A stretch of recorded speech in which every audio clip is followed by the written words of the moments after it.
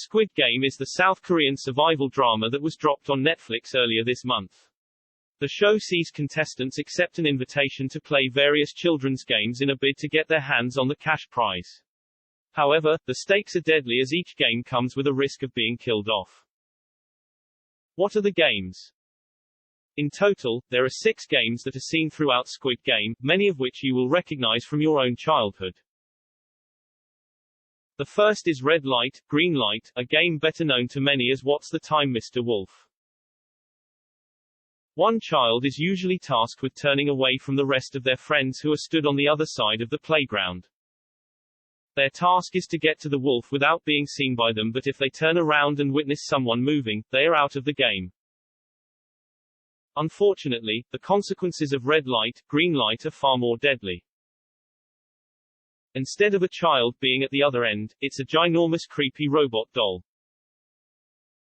And if she spots you moving, then you are gunned down by those who stand beside her. Game 2 is one UK fans may not be as familiar with as it involves cutting honeycomb pieces into various shapes. If you break your treat though, then you are out of the game and killed. The third game is a tug of war where the remaining contestants are split into groups of 10. Whoever they are grouped with are their team who will either win together or die together. For Game 4, the contestants had to find a partner before they knew what it was they were playing, and are then tasked with a game of marbles where the loser is murdered.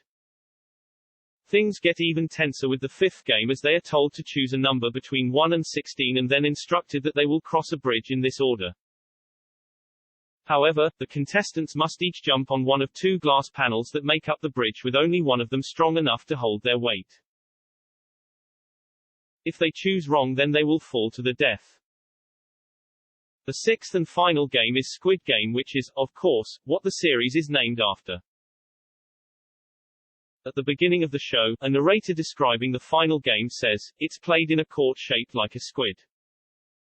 Children are divided into 2 groups, the offense and the defense.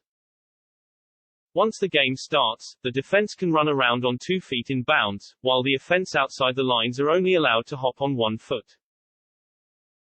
But if an attacker cuts through the waist of the squid past the defense, they are given the freedom to use both feet.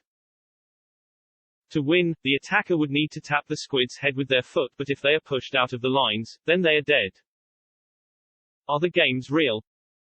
As viewers will know, some of the games are very real, minus the lethal ending for losers.